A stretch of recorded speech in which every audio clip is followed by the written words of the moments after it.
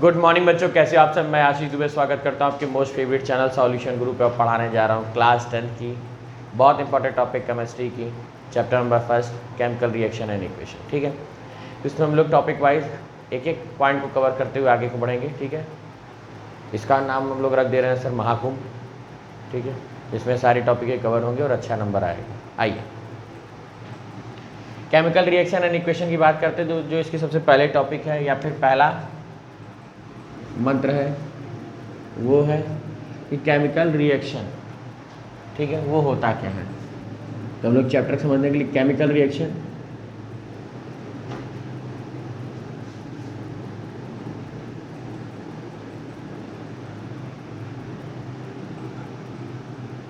Is the process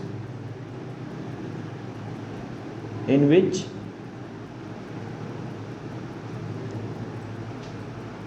two substances combine together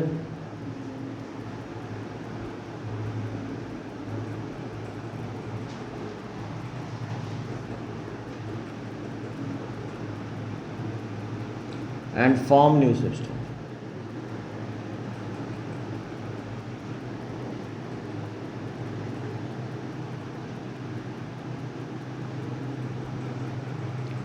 With new property.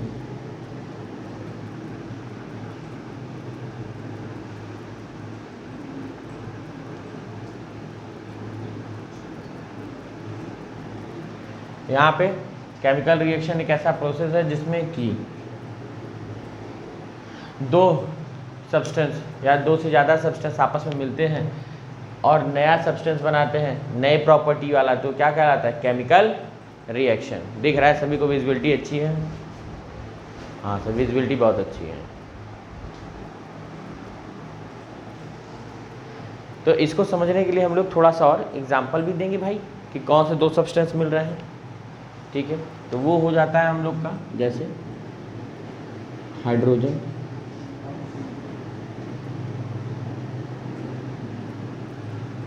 Plus oxygen water. ठीक है, hydrogen की property अलग, oxygen की property अलग, और जो नया सब्सटेंस बन के आया वाटर, इनकी प्रॉपर्टी दोनों से अलग। ठीक है, तो ये हम लोग का केमिकल रिएक्शन हो गया। कोई दिक्कत यहाँ पे? ठीक है, आगे बढ़ते हैं हम लोग। थोड़ा सा एक और एग्जाम्पल लिखते हैं इनके लिए, एक बढ़िया मार्कर ग्रीन कलर का।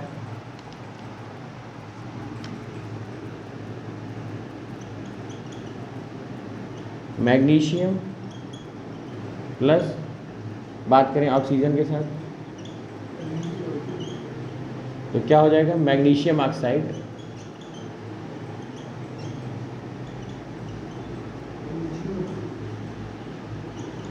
ठीक। अभी हम लोग कोई केमिकल फार्मूला नहीं लिखेंगे क्योंकि वो केमिकल इक्वेशन बताने के बाद ही हम लोग उसको यूज़ कर सकते हैं। ठीक है, आइए नोट करते हैं और इसके बाद हम लोग पढ़ते हैं सब प्रॉपर्टी या फिर पहचान केमिकल रिएक्शन की। कैसे पहचानेंगे कि केमिकल रिएक्शन हो रहा है।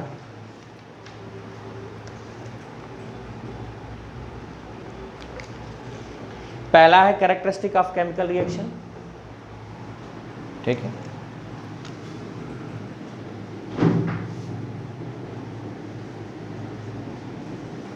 Characteristics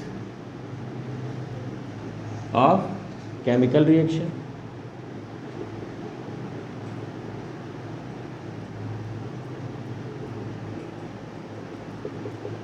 characteristic of chemical reaction, characteristic का मतलब पहचान होता है किसका, केमिकल रिएक्शन। केमिकल रिएक्शन की पहचान को ही क्या कहते हैं हम लोग, कैरेक्टरिस्टिक। ठीक है, पहचान इनकी कैसे पहचानेंगे, तो पहला है कि फॉर्मेशन ऑफ गैस। ठीक है, दूसरा है हम लोग का formation of precipitate, change in temperature, change in state. There are the 4 characteristic of the chemical reaction.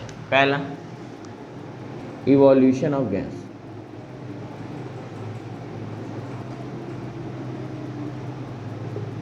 Evolution of gas. दूसरा formation of precipitate, formation of precipitate.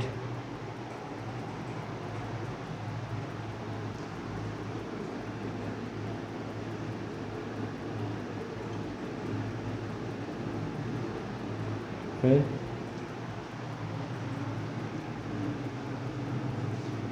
Change in temperature,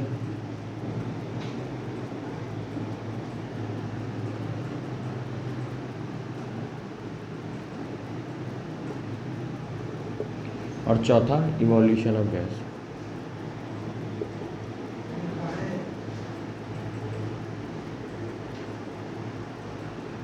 ठीक है, क्या क्या है?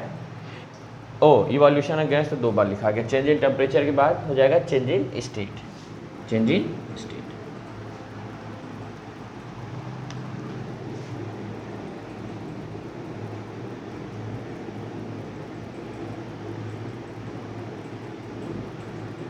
Change in state. ठीक है, यहाँ तक समस्या तो नहीं है आपको? ये सारी चीज़ें हम लोग को सर एक एक डिस्कस करेंगे, सभी का एक एक एग्जाम्पल भी देंगे, तब जाके कुछ वो समझ में आएगा। अगर बात करें इवोल्यूशन ऑफ गैस का, तो इसको समझने के लिए हम लोग पहले समझ लेंगे, फिर दोनों का सभी को 5, एक और था ये चेंज इन कलर, सभी के लिए हम लोग एक एक बढ़िया एग्जाम्पल या 1 या 2 लिखवा देंगे, जिसको आप लोग आसानी से याद कर सकते। इवोल्यूशन ऑफ गैस की अगर बात करते हैं बच्चा, तो इवोल्यूशन का मतलब निकलना। इवोल्यूशन का मतलब क्या होता है? निकलना।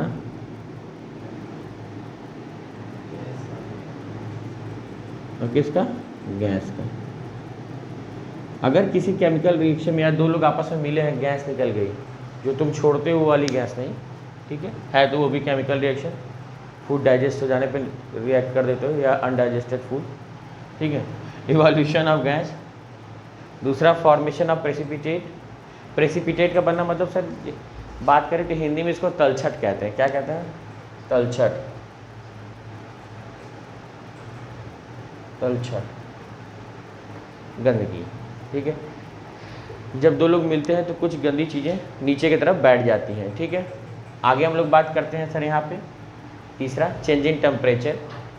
चेंज इन टेम्परेचर की अगर बात करें तो क्या हो जाएगा? जब कोई केमिकल सब्सटेंस आपस में मिलते हैं, जब भी कोई केमिकल सब्सटेंस आपस में मिलते हैं तो क्या हो जाता है सर? उनके टेम्परेचर में भी चेंज आना शुरू हो जाता है। ठीक है, जब उसके टेम्परेचर में भी चेंज आना शुरू हो जाता है। जैसे कि अगर बात करते हैं यहाँ पे हम लोग चूने के, बचपन में या फिर हम लोग अपने जब छोटे छोटे रहा करते थे, देखे थे घर पे पेंट होने के लिए जो चूना किसी बाल्टी या फिर नाद जो रहता था सर, उसमें उसको घोल दिया जाता था, तो रात में वो पॉपअप साउंड देने लगता था और वो खौलने लगता था। क्या होने लगता था? खौलने लगता था।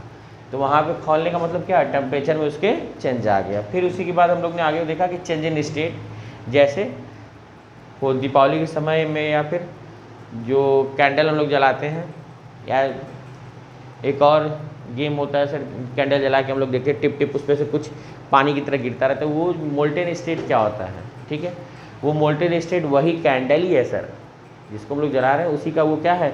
पिघला हुआ रूप है। तो वहाँ पे क्या हो रहा है? केमिकल रिएक्शन होने पे उसका स्टेट बदल जा रहा है। फिर उसके बाद आ गया चेंज इन कलर। ये भी है सर एक तरीके का पहचान चेंज इन कलर, कि जब कहीं केमिकल रिएक्शन होता है तो अगर ये चारों नहीं दिखेंगे तो कम से कम ये भी दिखेंगे सर, कोई ना कोई एक भाई न्योता के लिए जाएगा ही जाएगा। आप इन केमिकल रिएक्शन, एक पापा थे, केमिकल रिएक्शन कौन है सर?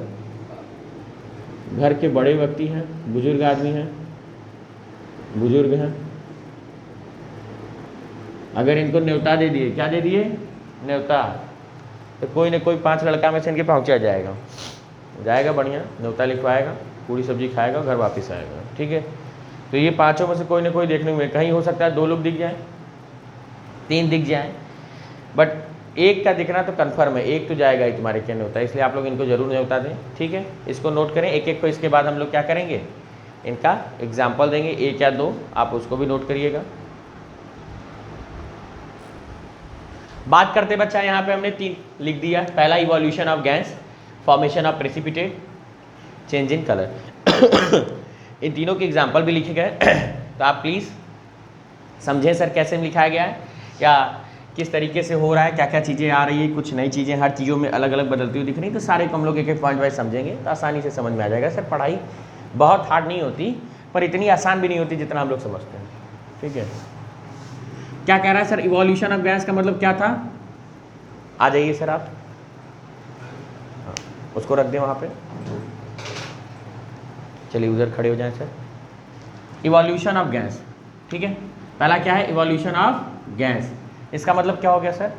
जैसे भी आप किसी भी जैसे कि इनो ले लें हम सर, उसको बॉटल में डाल के हाँ उसको शेक करें तो वहाँ से एक गैस रिलीज हो।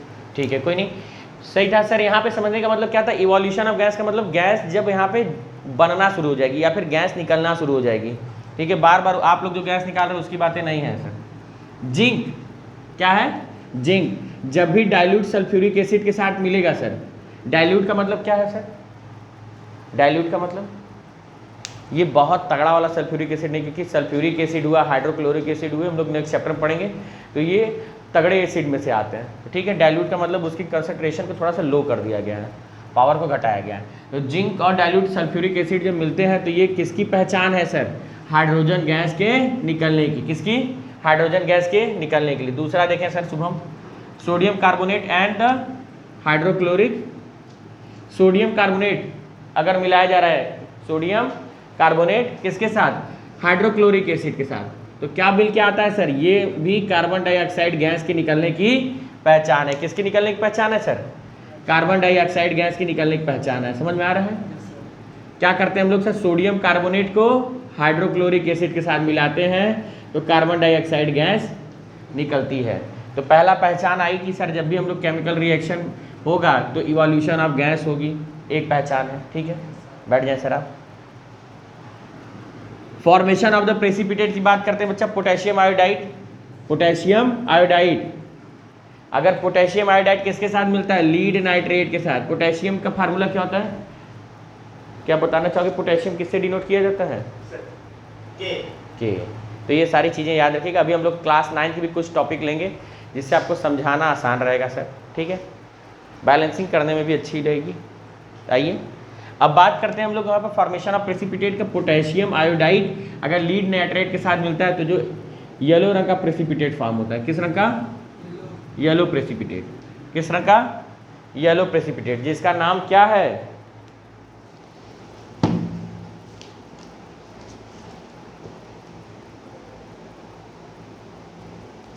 इसका नाम है सर यहाँ पे लीड आयोडाइड, लीड आयोडाइड। कोई दिक्कत? अगला, अब यहाँ पे बात करें सल्फ्यूरिक एसिड की। सल्फ्यूरिक एसिड को अगर बेरियम क्लोराइड के साथ मिलाया जाता है तो यहाँ पे भी फॉर्मेशन होता है सर वाइट प्रेसिपिटेट का। किसका? वाइट प्रेसिपिटेट का। किसका फॉर्मेशन होता है सर? वाइट प्रेसिपिटेट का, जिनको हम लोग क्या कहते हैं? Barium sulphate. क्या कहते हैं? Barium sulphate.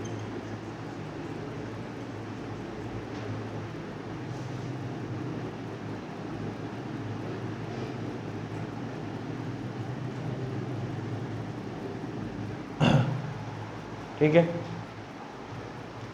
कोई दिक्कत यहाँ पे नहीं? ठीक है, समझ में आया सर यहाँ तक?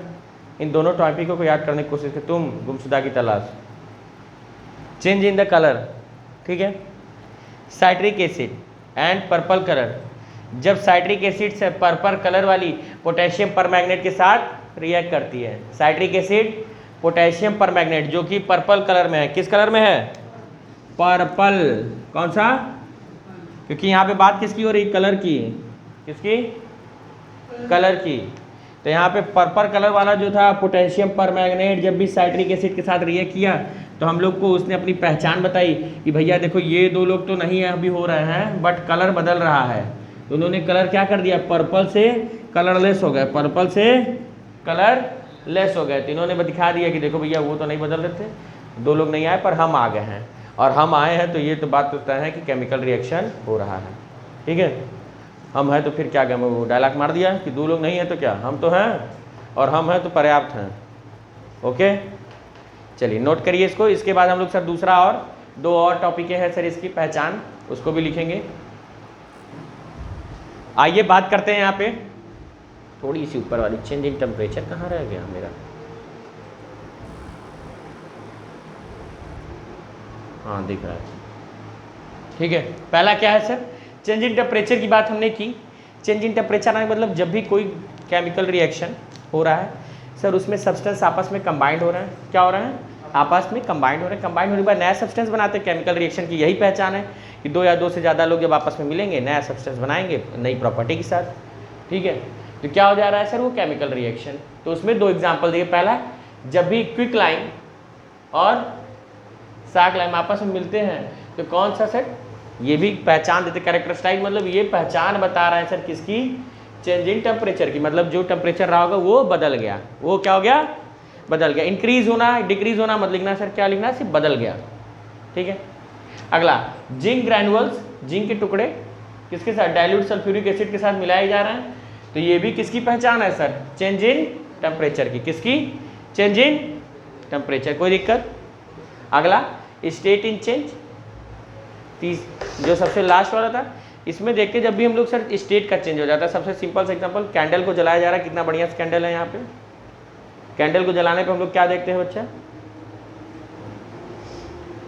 कि यहाँ से ये पिघल पिघल के गिरता रहता है। मतलब जब भी इसका कंबंशन होता है, जलता है ये, तो यहाँ से जो ये सॉलिड फॉर्म में था लिक्विड फॉर्म में होके नीचे गिर जाता है। ठीक है, तो ये जो चेंज इन टेम्परेचर आ रहा है ये भी क्या बता रहा है सर? केमिकल रिएक्शन है।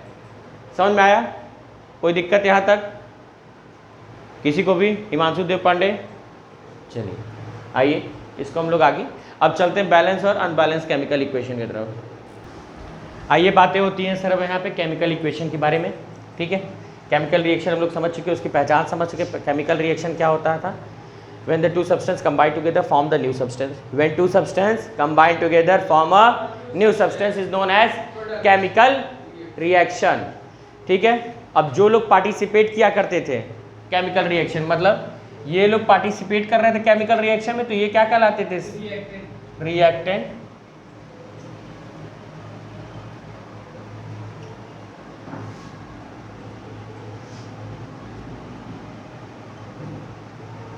ठीक है, और जो लोग फॉर्म होके आया करते थे वो क्या कहलाते थे?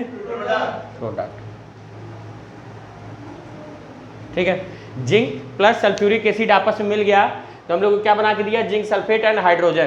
तो जो दो लोग मिले थे, पार्टिसिपेट किए थे लड़ाई झगड़े में, जो दो लोग पार्टिसिपेट किए थे लड़ाई झगड़े में वो कौन थे सर? रिएक्टेंट के नाम से जाने गए। किस नाम से जाने गए आगे चल के? रिएक्टेंट के नाम से। और इनका जो आउटकम आया, जो रिजल्ट निकला, बाद में इनके साथ परेशानी हुई और जो लोग आए वो क्या किस नाम से जाने गए सर? प्रोडक्ट के नाम से। दोनों लोग की प्रॉपर्टी डिफरेंट है। इस साइड के लोगों की प्रॉपर्टी डिफरेंट है इस साइड के लोगों से। ठीक है, तो यहाँ तक समझ में आया क्या रहता था सर? अब बात हुई सर केमिकल इक्वेशन की। तो केमिकल इक्वेशन क्या होता है? Symbolic representation of chemical reaction.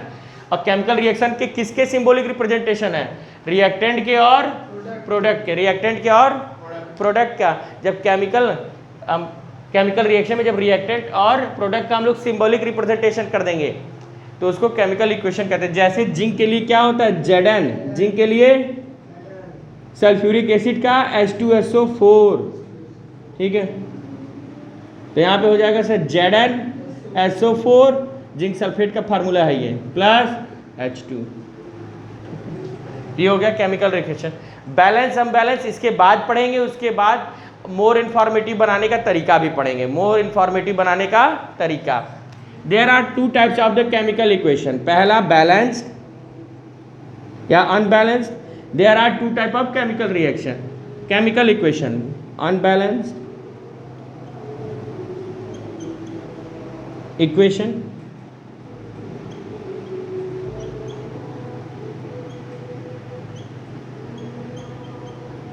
ठीक है।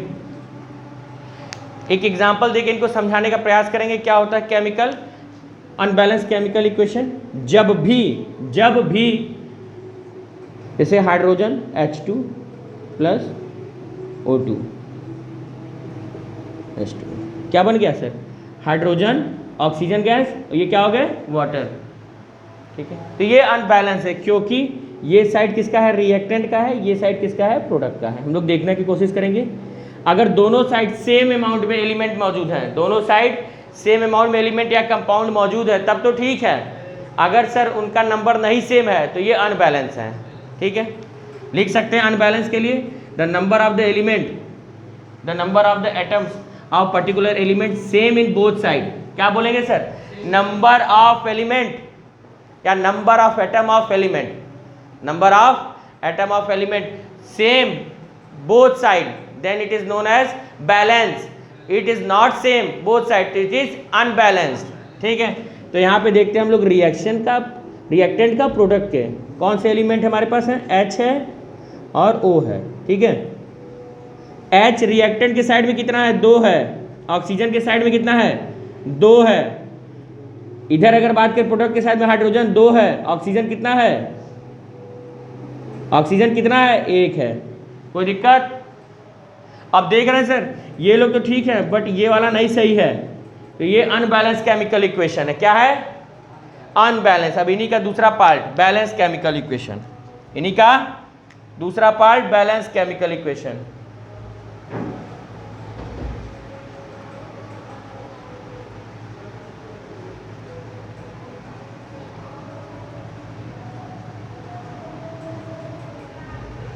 बैलेंस केमिकल इक्वेशन बात करते हैं. बैलेंस कैसे होगा सर?